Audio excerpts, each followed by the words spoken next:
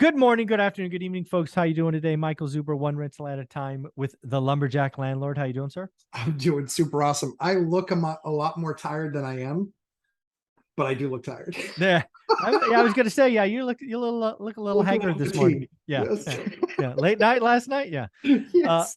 Yes. anyways, what I wanted to talk about today is I think it's pretty well known in the real estate investing industry. There's a collection of individuals who have the interest, Mhm. have committed time, have tried, but they're still stuck at zero for Sure. lots of reasons. I Sure. thought we would play the game of ping pong where we go back and forth maybe 2 or 3 times on what we see as a common trait. So you are the guest. I will let you go first. What are things you see in common when you talk to those folks? Trying to make the spreadsheet bleed. You can ring it as many times as you want. You can look at it as many times as you want. You can review it as many times. It's not changing. It's the numbers are the numbers are the numbers. And at the end of the day, you can keep on trying to make a market work that doesn't work. And when you try and make it work, now you have money in the game that you're going to lose. Yeah. And so you have to, I always call it take what the defense gives you. Mhm. You know, if every single time you're driving to the lane and you have all 5 guys converge into the paint, you're not going to make a bucket ever. And maybe you'll get the foul call, maybe you don't. Mhm. You need to just hit the jumper. Just Mhm. pop it and hit the jumper. So you got to take what the defense gives you. And so I think from that, I think far too often people out of laziness or convenience will choose to say, I can make this market work. Like we've seen people post where it's a minus 6% return on investment, minus 6% yield on any deal that they would do. That is not a market I want to do deals in. So I Yeah. think people need to just recognize that not every market is in the, not every asset in every market is right. For me, I prefer to stay in my local market and change assets rather than change markets. And when I say change market, I do my town, the town next to it, and the town next to that. But that was an evolving process as we got bigger. And I think, and so I think that that'd be my first one is trying to make the spreadsheet bleed. Just Yeah. Yeah, that's a good one. I think the first one for me, I mean, I have so many. I didn't know which one to go first, so I'm going to do this one. It's always one more piece of information. It's one more thing, right? yeah. You've been spending 6, 9, 12, 18, 24, 36 months digging into real estate investing, and you're always telling yourself you're one more thing. There is no magic button. There is no magic sauce. No matter what social media people are trying to put out there, it's a rather simple process. And you know, at some point, write an offer, right? Mhm. Get committed. It doesn't have to be at list price, but write an offer. Yeah, I see a lot of folks. I see them at meetups a lot, right? I remember one gentleman I saw. I spoke at a local meetup like in 2010, and then I did it again in like 16, and he was still there. I swear it was the same chair, right? Front row, right. He stood out because he was really tall. I'm like, like you're in the front row, you're gonna whatever. So I remembered him. So I talked to him the second time, and Mhm. I'm like, I remember you last time, right? You're very memorable, and you asked these questions, and da da da da. So I said, how are you doing now? It's been 5 years, and he's like, oh, I haven't done anything yet. I'm still learning. You just missed one of the best buying opportunities ever, and you're still learning. Yeah. Okay, Yeah. never mind. Yeah. So that's my first one. Put a stake in the ground and write a freaking offer. Yep. Yeah, I agree. I think my second one is fear of failure. Tell me more. People are unbelievably paralyzed by the fear that they will make a mistake. Mm-hmm. Let me tell you, you're gonna make a mistake. Yeah. If it's your first one, if it's your second one, let me go out on a limb here. If it's your 41st one, like mine just was, I made a mistake. There are mistakes that you will make. It happens on every single deal. Only thing you have to really mitigate is the really big mistakes. Little mistakes, fine. Big mistakes, expensive. And I made some big mistakes in my first few. I made some big mistakes. Me So too. I think that people can't have that fear of failure. You have to push through that. It doesn't mean doing a bad deal. No. When the deal makes Yeah. sense and the numbers work, you have to push through the fear of, am I accounting for everything? Nope. Well, but I have it. Nope. You're still going to miss something. Nope. Mhm. And likely, back to my first point of beating up the spreadsheet, you will likely, if you do it the way that you plan on doing it, will turn that deal into a loser. Yeah.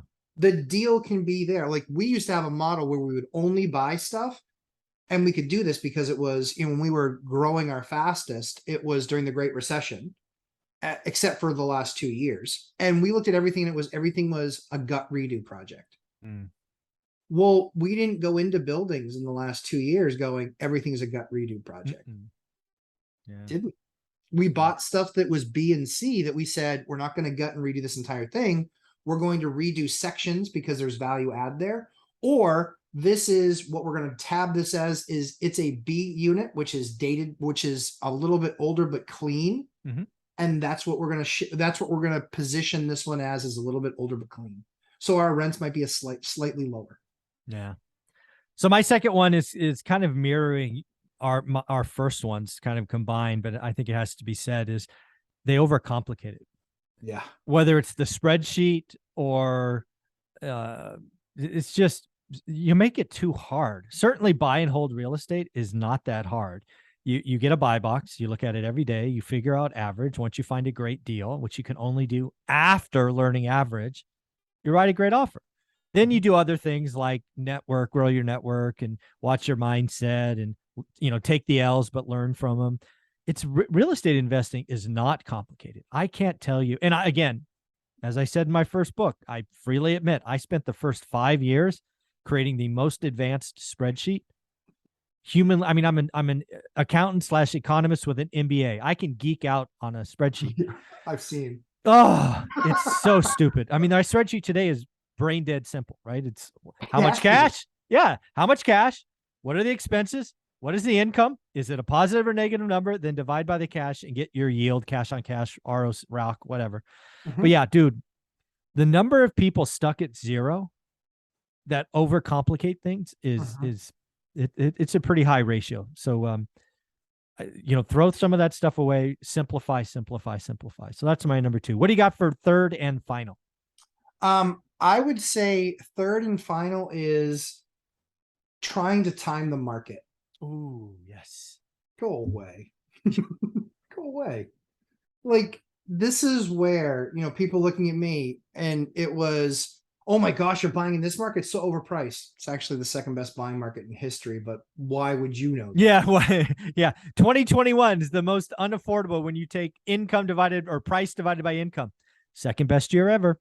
I don't know what you guys are talking about. Yeah. So I think from that perspective, I just think that people need to do their own research. They need to know what they know, understand what it is.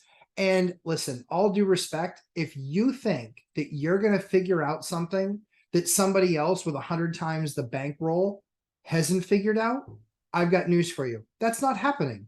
You're doing this in your free time, and you might be really smart, but you're going up against guys that this is their life. Yeah. Their life. So when I see a piece of land on the market for 3 months, guess who's not a buyer at that number or anywhere near it?